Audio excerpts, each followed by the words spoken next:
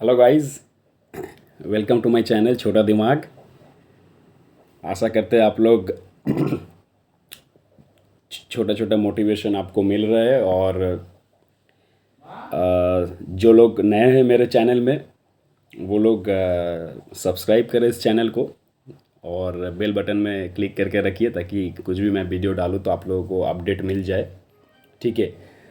और इस चैनल में जाके आईबीएस क्या है, क्या ट्रीटमेंट है और क्या क्या सिम्टम्स है, वो सारे चीज़ तो आप लोग जाके मेरा पहला जो वीडियो है आईबीएस कुछ भी नहीं बोल के उस वीडियो को देखो। धीरे धीरे एक एक करके सब सारे वीडियोस देखो तो आप लोगों को समझ में आ जाएगा। अभी जो मैं एक पर्टिकुलर टॉपिक में जो बात करना चाहूँगा वो है गाइस आईबीएस का कुछ प्रभाव, कुछ साइड इफ़ेक्ट्स बोल सकते हैं या कुछ जो मेजर प्रॉब्लम्स जो थोड़ा डिफ़िकल्ट दिक्कत हो जाता है। ये प्रॉब्लम उन लोगों को हो सकता है जो नए नए आईबीएस में हो, 5 महीना 6 महीना उन लोगों को नहीं होगा। जो 5 साल 6 साल 7 साल 10 साल हो चुका है उन लोगों को ये दो मेजर प्रॉब्लम होता है। एक होता है पाइल्स, बहुत ही कॉमन बीमारी है। विदाउट आईबीएस जो नॉर्मल लोग होते हैं उसमें भी देखा जाता है कि 100-200 लोगों में एक दो को हो जाता है पाइल्स, जिसको आपका क्या बोलते हैं हिंदी में, उसको बंगाली में अर्श अर्श रोग बोलते हैं, अर्श रोग, और हिंदी में बाबासिर बोलते हैं। तो बहुत ही कॉमन सा चीज़ है। नॉर्मल लोगों का ऐसे ही हो जाते हैं रिच खाने से, या जो लोग ज़्यादा बैठे रहते हैं, या किसी अगर अपना वंश में किसी का होता है, माँ बाप का रहता है या दादा दादाजी का, तो वंश परंपरा में भी पाइल्स होता है। तो आईबीएस में एक मुख्य बीमारी होता है पाइल्स, और एक होता है आपका फिसर बोलता है या फिस्चुला हो गया। ठीक है। ये गाइस कुछ नहीं है, ये सिर्फ जो हमारे कोलोन होता है ना, जो हमारे जो आंत होता है उसमें जब टेंशन आता है, टेंशन मतलब मान लीजिए आप एक हाथ हो गया, हाथ को आप ऐसे करके अगर 1 घंटा 2 घंटा उठा के रखेंगे तो हाथ में एक टेंशन आएगा, एक तनाव आएगा। उसमें हाथ आपको झिनझिना सकता है या दर्द होगा अगला दिन। ठीक है। या आप किसी दिन ज़्यादा वॉक कर लिए या कोई भारी काम कर लिए, पैर में दर्द होता है अगले दिन। तो वैसे ही जब आंतों में कुछ प्रेशर आता है, जैसे कि लूज मोशन होता है, तो उसमें हमेशा कुछ ना कुछ जाता रहता है तो उसमें हमेशा उसको रेस्ट नहीं मिलता है आंतों को। या अगर कॉन्स्टिपेशन होता है तो हाथ चिपका रहता है हाथ, तो वो ऐसे मुट्ठी जो है मान लीजिए ऐसे करके अगर आप हमेशा रखेंगे तो झिन करेगा, जकड़ लेता है। तो ऐसे ही कॉन्स्टिपेशन में हाथ जो है जकड़ जाता है, तो वो खुलता नहीं है, तो जकड़ जाता है तो प्रेशर बनता है, तनाव बनता है, तो उसी का नतीजा होता है पाइल्स या फिस्चुला होता है। तो डरने का कोई बात नहीं है भाई, ये बहुत ही अगर तुम उसमें ध्यान दोगे तो नहीं, उसमें ध्यान देने की कोई ज़रूरत नहीं है। जो रूट कॉज है, अगर आंतों का मूवमेंट सही हो जाएगा, अगर कॉन्स्टिपेशन सही हो जाएगा, लूज मोशन सही हो जाएगा, धीरे धीरे वो भी चला जाएगा। मान लीजिए जो एक एक नल अगर उसमें मान लीजिए छेद है बड़ा सा, तो उसमें से पानी इतना निकलेगा अगल बगल में वो मिट्टी भीग जाएगा या कुछ घास उगने लगेगा। ठीक है। तो वो सब या मैला बन जाएगा, तो वो सब साइड इफ़ेक्ट है। अगर आप नल का जो छेद है वो बंद कर देंगे तो धीरे धीरे वो जो भीगा हुआ मिट्टी है ऑटोमेटिक सूख जाएगा। तो वैसे ही जब आपका आईबीएस ठीक हो जाएगा तो धीरे धीरे ये पाइल्स फिस्चुला भी सही हो जाएगा। उसमें तो एकदम ही फोकस मत कीजिए। और पाइल्स फिस्चुला में हाँ प्रॉब्लम होता है, दर्द होता है, कभी कभार खून आता है, जलन होता है, लेकिन कोई बड़ा चीज़ नहीं है, किसी कोई मरता नहीं है उसमें। ठीक है। नॉर्मल ज़िंदगी जी सकता है पाइल्स फिस्चुला लेके भी, लेकिन आईबीएस का केस में वो बिल्कुल सही हो जाता है जब आप आईबीएस से निकल जाएंगे। तो इसका जड़ है जो आपका आईबीएस का बीमारी है, जो नर्वस सिस्टम का गड़बड़ी है, उसको ठीक करना होगा। तो ऑटोमेटिक वो सारे चीज़ आपका 5 से 6 महीने के अंदर सही हो जाएगा। ठीक है। और सारे चीज़ मैं बता रहा हूँ धीरे धीरे। तो ये दो प्रॉब्लम मैं बहुत कॉल पे मैं सुना हूँ कि यार पाइल्स हो गया, फिस्चुला हो गया, ये का आईबीएस है कि नहीं। हाँ भाई, अगर तुम्हारा पाइल्स फिसर है तो आईबीएस भी आईबीएस हो सकता है। इसका कोई ये मतलब नहीं है कि तुम्हारा पाइल्स का प्रॉब्लम है, फिसर का प्रॉब्लम है, वो आईबीएस का ही साइड इफ़ेक्ट है। ठीक है। तो उसके लिए अलग से कोई दवाई लेने का ज़रूरत नहीं है। अगर तुम जड़ में काम करोगे, आईबीएस से निकल जाओगे, तो वो ऑटोमेटिक धीरे धीरे सब कुछ चला जाएगा। ठीक है। और बहुत लोग बोलते हैं एक कमेंट बहुत बहुत मैं देखता हूँ कि आंतों में सूजन हो गया। सूजन का मतलब होता है कि वो सूज सूज गया है चीज़, ठीक है, वो जलता है या थोड़ा बहुत खून भी आ सकता है। वो सब डरने का कोई चीज़ नहीं है भाई। अगर 100-200 लोग अगर कोलोन का कोलोनोस्कोपी करेगा, जो पीछे से पाइप लगा के जो एक टेस्ट होता है उसका नाम है कोलोनोस्कोपी, तो 1000 लोग करेगा ना तो 10 लोगों का सूजन निकल जाएगा। नॉर्मल लोगों का बात कर रहा हूँ। तो ये जो एक पाइप घुसता है, अगर तुम कोई गर्म चीज़ खाए हो वो लाल लाल रहेगा, उस टाइम में अगर टेस्ट करोगे तो डॉक्टर लिख देगा आंतों में सूजन है, इंग्लिश में जिसको कोलाइटिस बोलते हैं, ठीक है। तो तुम जितना टेस्ट करोगे ना उतना बीमारी सामने निकल जाएगा। आजकल ये सब बहुत बड़ा बड़ा भ्रष्टाचार चल रहा है। ये भी बड़े बड़े लाखों रुपये का मशीन लगा के रखा हुआ है, उसका पैसा तो उठाना होगा ना, तो डॉक्टर लोग ऐसे ही लिख देते हैं। डॉक्टर को पता है कुछ नहीं है, लेकिन तुम बार बार कोलोनोस्कोपी करोगे, बार बार एंडोस्कोपी करोगे, मुंह से पाइप घुसाओगे, पीछे से पाइप घुसाओगे, अरे यार कुछ ना कुछ तो निकल के आएगा ही, ठीक है। तो उसको लेकर डरना नहीं है। मेन जड़ है तुम्हारा माइंड।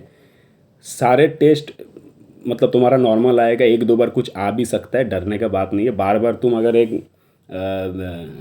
मतलब नाक में कुछ घुसाओगे, कोरोना टेस्ट तुम बार बार करोगे तो नाक से एक बार कभी कभार खून भी आ सकता है। तो इसका मतलब ये नहीं कि तुम्हारा नाक में सूजन हो गया, ये हो गया, ठीक है। तो कभी कभी तो वो टेस्ट के करने के वजह से भी कुछ निकल जाता है, ठीक है।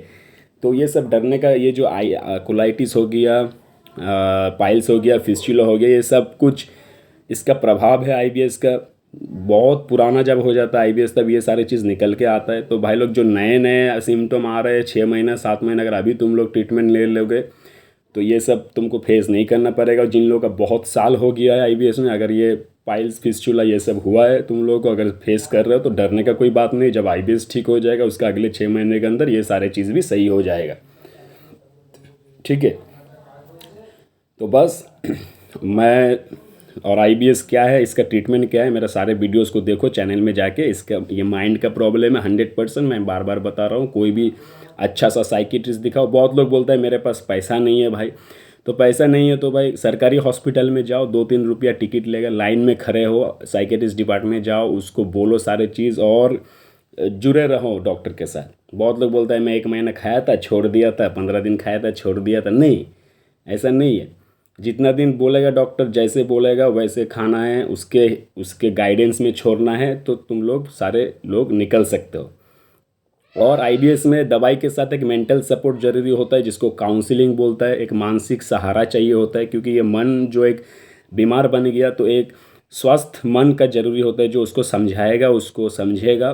तो वो काउंसलिंग, अगर तुम किसी अच्छा साइकोलॉजिस्ट के पास में जाओगे, 2 टाइप का होता है। एक साइकेट्रिस्ट होता है जो दवाई देता है, और एक साइकोलॉजिस्ट होता है जो दवाई नहीं देता। वो बात करके, बहुत सारा टेक्निक है, सीबीटी बोलते हैं, उसमें से एक टेक्निक है, बात करके तुम्हारा वो जो माइंड में एक डर घुसा हुआ है, नर्वसनेस है, उसको निकाल देगा। लेकिन हाँ, आजकल बिजनेस चल रहा है, साइकोलॉजिस्ट लोगों के पास तुम जाओगे, 10-15 मिनट बात करेगा, 600, 700, 1000, 2000 लेगा। तो हफ्ता में अगर तुम 3 सेशन लोगे, यहीं पे तुम्हारा 3000 चला जाएगा।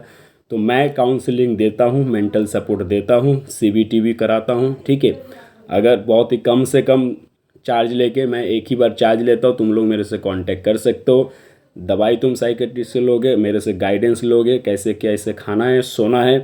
हफ्ते में 1-2 बार मैं बात करूँगा, तुम लोगों को समझाऊँगा एक्चुअल में आईबीएस क्या है। जब समझ जाओगे तुम लोग निकल जाओगे, ठीक है। तो इस चैनल में जाके सारे वीडियोस को देखो, तुम लोग ऐसे ही 50% निकल जाओगे। कोई डरने का कोई बात नहीं है। रिलैक्स हो जाओ, मन को शांत करो, 8 से 9 घंटे गहरी नींद लो, सब कुछ खाओ, बाहर का तेल मसाला कम खाओ, कोई भी ड्रिंक या कोई भी नशा मत करो जब तक ठीक नहीं हो जाते। और बहुत सारा लोग बोल साइकेट्रिस्ट के ऊपर, मतलब मैं पागल हूँ क्या, साइकेट्रिस्ट क्यों दिखाऊँ। यार साइकेट्रिस्ट मतलब ऐसा नहीं कि रास्ते में जो पागल घूमते सिर्फ उसी का ट्रीटमेंट करते। साइकेट्रिस्ट एक डिपार्टमेंट है, जैसे कि हड्डी का डॉक्टर के पास, इसका मतलब ये नहीं कि तुम्हारा हड्डी टूट जाने के बाद ही हड्डी का डॉक्टर दिखाते हैं। हड्डी में अगर थोड़ा सा दर्द भी होता है, हड्डी में अगर कुछ मतलब क्या बोलूँ, थोड़ा सा कुछ भी होता है तो हम लोग ऑर्थोपेडिक के पास जाते हैं। पेट में कैंसर होने से हम लोग नहीं जाते गैस्ट्रोलॉजिस्ट के पास। अगर पेट दर्द भी होता है या पेट में कुछ और भी छोटा मोटा प्रॉब्लम हो गया, तब भी हम लोग साइकेट्रिस्ट के पास जाते हैं, सॉरी गैस्ट्रोलॉजिस्ट के पास जाते हैं। तो साइकेट्रिस्ट मतलब ये नहीं कि जब तक तुम पागल ना हो जाओ उसके पास नहीं जाना है। साइकेट्रिस्ट मतलब तुम कैसे बोल रहे हो, कैसे सोच रहे हो, कैसे बिहेव कर रहे हो, सारे चीज़ में वो नींद कैसा तुम्हारा है, वो सारे चीज़ साइकेट्रिस्ट देखते हैं, ठीक है। तो साइकेट्रिस्ट के बारे में ये गलत कॉन्सेप्ट है एशिया में। साइकेट्रिस्ट एक भगवान का दिया हुआ वरदान है, साइंस का टेक्नोलॉजी है। अगर तुम सही गाइडेंस में सही डॉक्टर के पास अगर तुम जाते हो, उसके साथ अगर तुम कोऑपरेट करते हो, सहयोग करते हो, तुम जरूर निकल जाओगे, गारंटी से। बहुत बंदा निकल रहा है साइकेट्रिस्ट दिखा के, ठीक है। हाँ, उसके साथ अगर थोड़ा सा काउंसलिंग लोगे, वो मेरे से हो या कोई भी प्रोफेशनल साइकोलॉजिस्ट से हो, तो तुम और जल्दी निकलोगे, ठीक है। और एक चीज़ है जो मैं नेक्स्ट वीडियो में बताना चाहूँगा, नाभि का टलना। बहुत लोग बोलते हैं नाभि टल जाता है यार, नाभि नीचे आ गया, नाभि बाहर आ गया, नाभि इधर चला गया, नाभि में दर्द होता है। नाभि टलने के नाम पे बहुत लाखों रुपया लूटा जा रहा है, ठीक है। तो अगर तुम लोग नाभि के टलने के साथ आईबीएस का कनेक्शन के ऊपर तुम लोग वीडियो चाहते हो तो कमेंट करो, मैं ज़रूर उस पर बात करूँगा। तब तक के लिए इस वीडियो को देखने के लिए बहुत बहुत धन्यवाद। आशा करता हूँ पाइल्स और फिशर के बारे में आप लोगों को थोड़ा सा क्लैरिटी मिला है, थोड़ा सा जानकारी मिला है, हेल्प हुआ है। तो इस वीडियो को लाइक करो, कमेंट करो और शेयर करो वीडियो को। कोई भी आईबीएस ग्रुप में आप लोग हो तो शेयर करो, लोगों को बताओ, खुद निकलो, लोगों को निकालो और अपना ध्यान रखो। और एक माइंडसेट बनाओ कि मुझे निकलना है, बिना दवाई का असंभव है आईबीएस से निकलना, असंभव। अभी तक जिस दिन कोई निकल जाएगा उस दिन मैं बोल दूंगा हाँ बिना दवाई का संभव है। अभी तक कोई निकला नहीं है, ठीक है। तो दवाई लो, काउंसलिंग लो, प्राणायाम करो, योगा करो और मेरे लिए प्रे करो ताकि मैं अपना सारे तजुर्बा एक्सपीरियंस आप लोगों को शेयर कर पाऊँ। बहुत लोगों को मैं मेरे माध्यम से ठीक हो रहा है, 50%, 100%, 90%, 80%। अगर आप लोगों को भी मदद चाहिए, आप लोग मेरा नंबर पे कांटेक्ट कर सकते हैं। बहुत बहुत धन्यवाद, thank you so much, take care guys, जय हिंद।